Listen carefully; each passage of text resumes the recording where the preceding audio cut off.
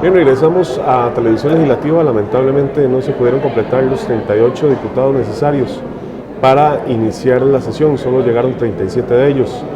Y precisamente uno de esos diputados que llegó a la sesión fue don Luis Vázquez Castro, con quien vamos a hablar esta tarde acerca del empleo juvenil. Ayer inclusive usted tuvo un foro que fue transmitido por este canal para pues tratar de ofrecerle una solución a los jóvenes que no encuentran trabajo en nuestro país. Don Luis, muy buenas tardes, bienvenido. Muy buenas tardes, muchas gracias, siempre es un gusto y un placer estar con todos los televidentes acá desde la Asamblea Legislativa, desde el primer poder de la República, y que consideramos que es la casa de todos los costarricenses. Muy contento por la presentación del proyecto en un foro donde participaron presidentes y secretarios de los diferentes partidos políticos de juventud, toda vez que las últimas estadísticas arrojan que más o menos 215,000 costarricenses están sin empleo. A esta cantidad podríamos agregar aquellos costarricenses que están en un empleo informal, que tienen que hacerlo para llevar su sustento a la casa, pero que la realidad es que no tienen una formalidad para poderlos considerar como empleados. Estos datos podrían entonces aumentarse y algunos estadísticos consideran que podríamos estar pensando de que al menos 1 millón de costarricenses están sin trabajo en estos momentos o no tienen un trabajo formal. Pero de esos 215,000 costarricenses, más o menos un 70% son gente joven, gente que está entre la base de los 18 a los 30 años, 35 años. Nosotros presentamos un proyecto de ley ayer para los jóvenes de 18 a 25 años. ¿Por qué utilizamos este rango? Por dos características muy importantes. La primera es porque es el rango donde más desempleo tenemos. El segundo es porque la mayor parte de esta juventud tienen o una carrera técnica, tienen algún curso con el INAH u otros cursos, algún colegio profesional, o bien tienen un título universitario. Pero también tenemos otro rubro de personas que no tienen ninguna de las dos posibilidades, ni el técnico ni el profesional, pero están también desempleados. Y cuando llegan a pedir trabajo, les piden un requisito que no lo da ninguna universidad, ningún colegio técnico, ninguna institución, no lo da nadie, y es la experiencia. Cuando usted llega a una tienda, llega a un restaurante, llega a cualquier lado a pedir trabajo, lo primero que le dicen, experiencia de 3 años. Y ahí es donde se cae toda la ilusión de los jóvenes. Se cae la ilusión porque pareciera que hace rato, y si eso es lo que se nos viene diciendo es, si querés tener un futuro, tenés que estudiar, tenés que tener un título, por lo menos sacar el colegio. Y la realidad es que no es así, la realidad es que no hay empleo en Costa Rica, o por lo menos no se está focalizando bien el empleo. Con la presentación del proyecto en la noche de ayer, y el compromiso que hay de los diferentes partidos políticos, y aquí yo agradezco a los señores jefes de fracción, a los subjefes y en general a los señores diputados y diputadas para impulsar con agilidad este proceso desde la Comisión de Niñez y Adolescencia. Este proyecto lo que busca es crear la posibilidad de contratos de aprendizaje laborales. La intención es que el patrono tenga la oportunidad de contratar a los jóvenes entre 1 año y 3 años en contratos, puede contratarlos por medio tiempo o tiempo completo con ciertos requisitos importantes para el patrono o ciertas facilidades que les da el proyecto de ley. Una de ellas es el hecho de que no tenga que pagar la totalidad de las cargas sociales. Y aquí viene una crítica al proyecto, pero que yo la quiero ver de una forma propositiva. Dicen que a la Caja Costarricense del Seguro Social nosotros no deberíamos de evitarle cargas sociales, que nosotros tenemos que asegurar siempre a la Caja. Y yo como socialcristiano más quisiera eso. Pero debemos entender que más bien estos costarricenses no están aportándole absolutamente nada en estos momentos porque están desempleados. Entonces lo que queremos es ofrecerle una herramienta al patrono para que pueda contratarlas a estas personas con facilidades. ¿Cuáles? Bueno, que no tenga que pagar el 100% de las cargas sociales. En un primer año que va a pagar solamente el 25%. en un segundo año un 50% y en un tercer año un 75%. Si después se queda el tercer año, termina ya el contrato del cual habla este proyecto de ley y pasaría ya a ser un empleado fijo de esa empresa. Pero lo importante es que sea escalonado, que reciba algo la caja que hoy no está recibiendo y que tenga esa facilidad el patrón. El otro punto importante es que lo que pague de salario a esa persona, como está contribuyéndole el patrono ciertamente a la sociedad, porque también lo está capacitando, le está dando esa herramienta tan importante que es poderle dar la experiencia, ese salario el patrono puede deducirlo de impuestos sobre la renta al final del año fiscal. Entonces, son posibilidades que se tienen en el proyecto, en donde adicionalmente, para aquellas zonas rurales donde hay mayor población de jóvenes que no tienen trabajo, tienen un monto asignado donde además pueden agregarlo también como deducción de impuestos sobre la renta. Importantísimo estas posibilidades, porque lo que arrojan las estadísticas es que el patrono no se ve compensado por montos que le puedan dar, ejemplo, otro proyecto que está en la corriente legislativa que quiere asignarles 1.400.000 colones por año por empleado. Pero el patrono, cuando busca a una persona, no lo busca por deducir un monto del salario, lo busca porque técnicamente lo requiere, y pareciera que esto no va a ser una posibilidad para que estas personas puedan insertarse en la parte laboral. Este otro proyecto, ayer con las personas convocadas, lo amarraron, lo abrazaron y lo vieron muy bien, porque aparte de darle la capacitación técnica que están requiriendo los jóvenes, están asegurando que estas personas que no pueden sobrepasar, ojo, que no pueden sobrepasar el 25% de la base laboral de la empresa, son un grupo de personas que pueden quedarse en la empresa o que como un sentido social, el empresario se siente compensado porque le está dando la herramienta más importante, que es darle la primera oportunidad de capacitación. Sí, eso le iba a preguntar precisamente, don Luis. ¿Cómo evitar que una empresa se haga solo de jóvenes? Nos decía usted, nos aclaraba entonces que solo el 25% del personal puede trabajar bajo esta opción. Claro, porque la intención es que la empresa mantenga, digamos, su marco, digamos, de empleados fijos que están contribuyendo a la Caja Costarricense de Seguro Social, que pagan a FODESAF, que pagan a Lina, que pagan a todas las instituciones, pero además que son empleados fijos.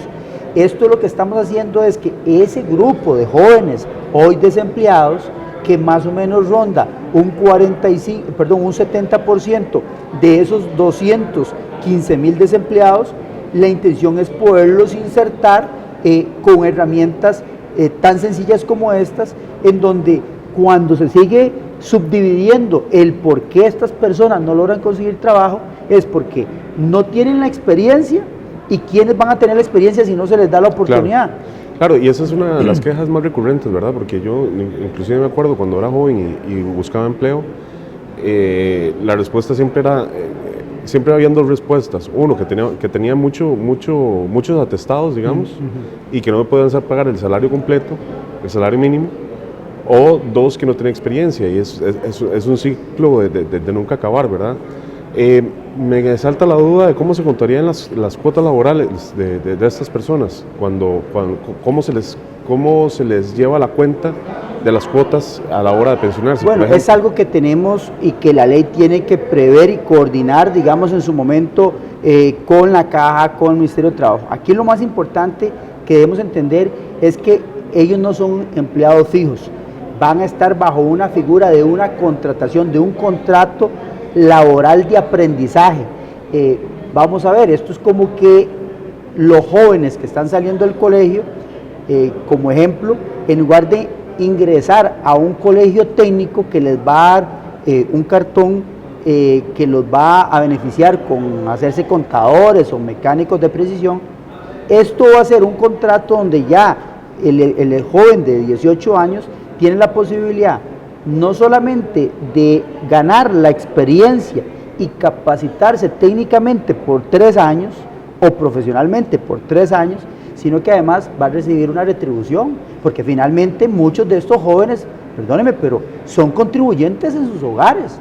Muchos de estos jóvenes tienen que ver cómo hacen para llevar el sustento también o colaborar con el sustento en sus hogares. Entonces el tema no está solo en la capacitación, sino cómo hacemos para que ellos tengan una retribución y donde el empleador, donde el patrono se vea compensado a través de incentivos que sean de alguna forma importantes para el patrono, pero que no repercutan negativamente para el fisco de este país. A mí me llama poderosamente la atención y me preocupa hoy el proyecto que presenta el Ejecutivo, que esperamos avanzarlo, que también queremos apoyarlo, porque todos los proyectos que generen empleo, pues vamos a tenerlos de la mano, pero me preocupa algo, y es que en este proyecto de Mi Primer Empleo puede ser para cualquier persona, no importa si es el primer empleo o si es el segundo o si es el tercero, porque no, en el fondo no lo dice el proyecto.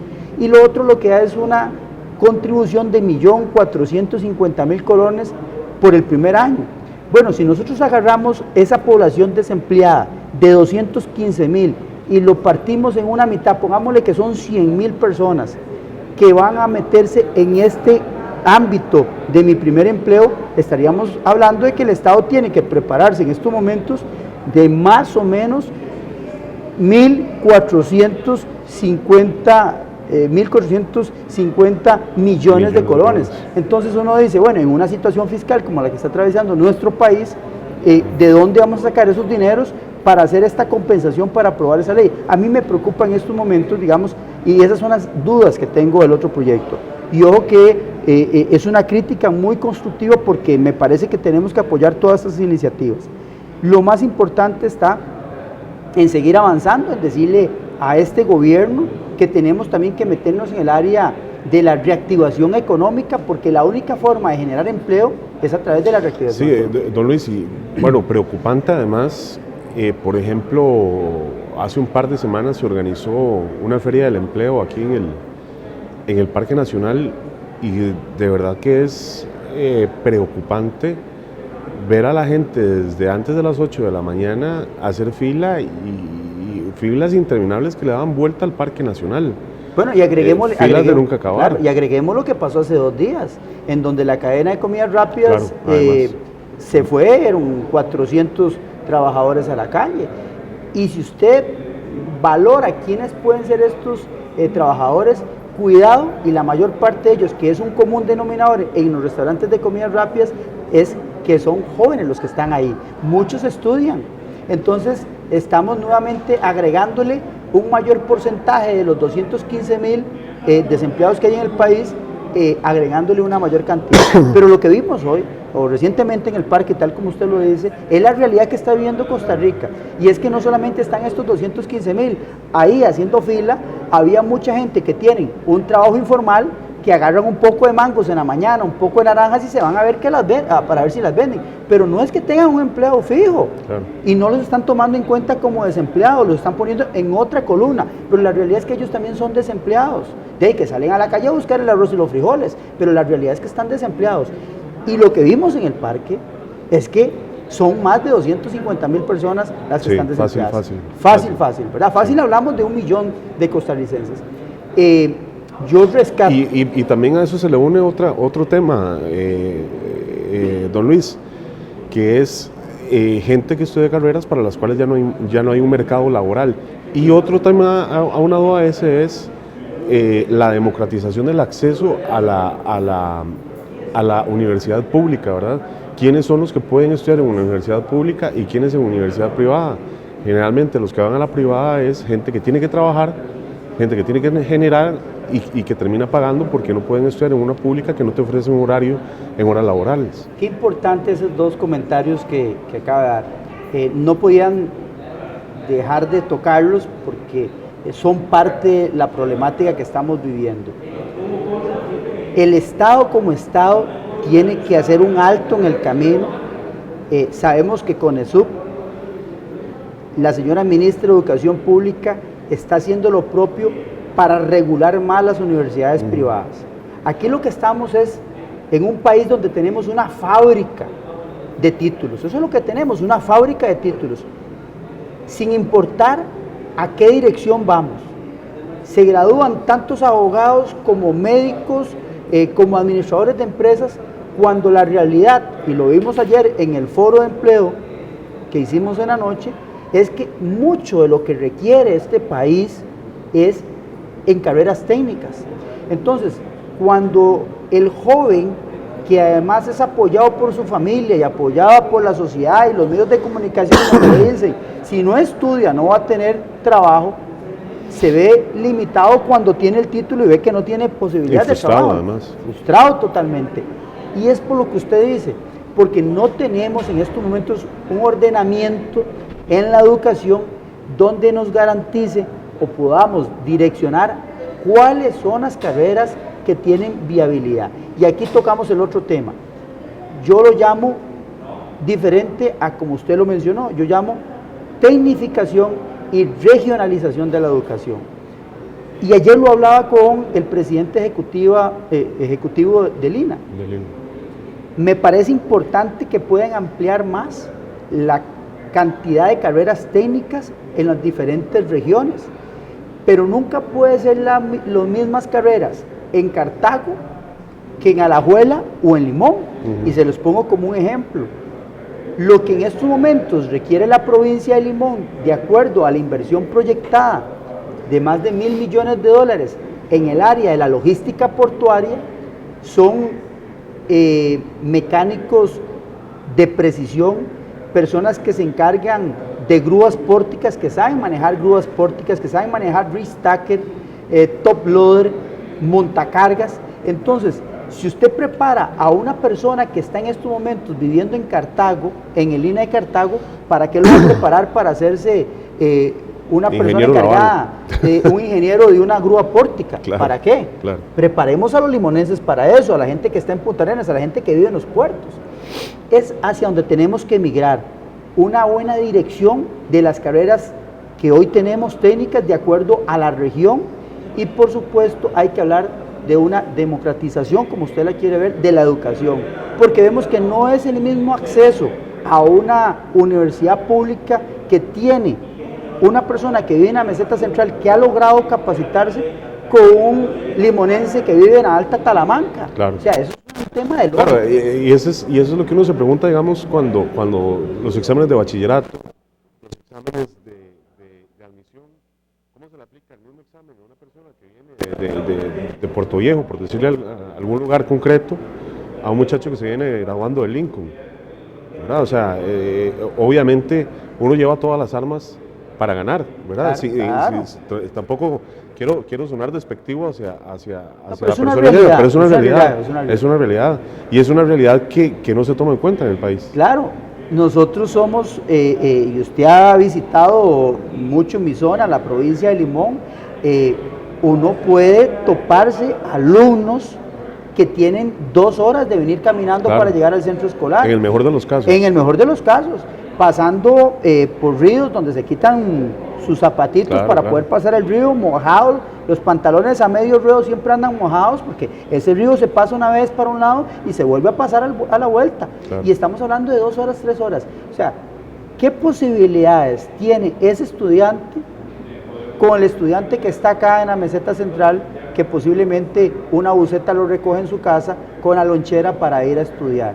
¿Verdad? O sea, son comparaciones que duelen en un país tan rico, tan lindo como lo es Costa Rica, pero definitivamente tenemos que democratizar más la educación, regionalizarla y tecnificarla para que tenga mayores posibilidades de insertarse esta gente que estamos preparando hacia el futuro. Yo en este tema, y no quisiera desaprovechar, volver a mencionar que nuestro país es un país de paz. Nosotros hemos apostado por la educación. Nuestros soldados son nuestros hijos e hijas que están en las escuelas. Los capitanes de esta guerra son los profesores, los maestros. Y es cuando nosotros tenemos que seguir apostándole cada vez más a la educación. Mientras otros países tienen que apostarle a las armas, a los camiones, a las guerras, para poder propiciar, incluso, cuidado, hasta para propiciar trabajo, tienen que hacer una guerra porque se genera una reacción económica en las empresas y demás. Nosotros tenemos que seguir apostando a la educación. Nuestro país tiene que seguir siendo un territorio de paz, pero no vamos a tener paz en las calles si no tenemos buenas escuelas, buenos colegios, democratización de la educación, tecnificación de la educación. Estas son nuestras armas para el presente y el futuro de Costa Rica. Bien, muchísimas gracias, don Luis. Muchas gracias. Un tema sobre el que se pueden hablar horas de horas. Además. Definitivamente. Bien, hablábamos así con don Luis Vázquez Castro, diputado del partido Unidad Social Cristiana, representante además de la provincia de Limón. Quédese con nosotros, en escasos minutos vamos a tener una conferencia de prensa acá en el Salón de Expresidentes de la República a cargo del diputado Franklin Corella. Así es que pues en unos instantes volvemos con todos ustedes.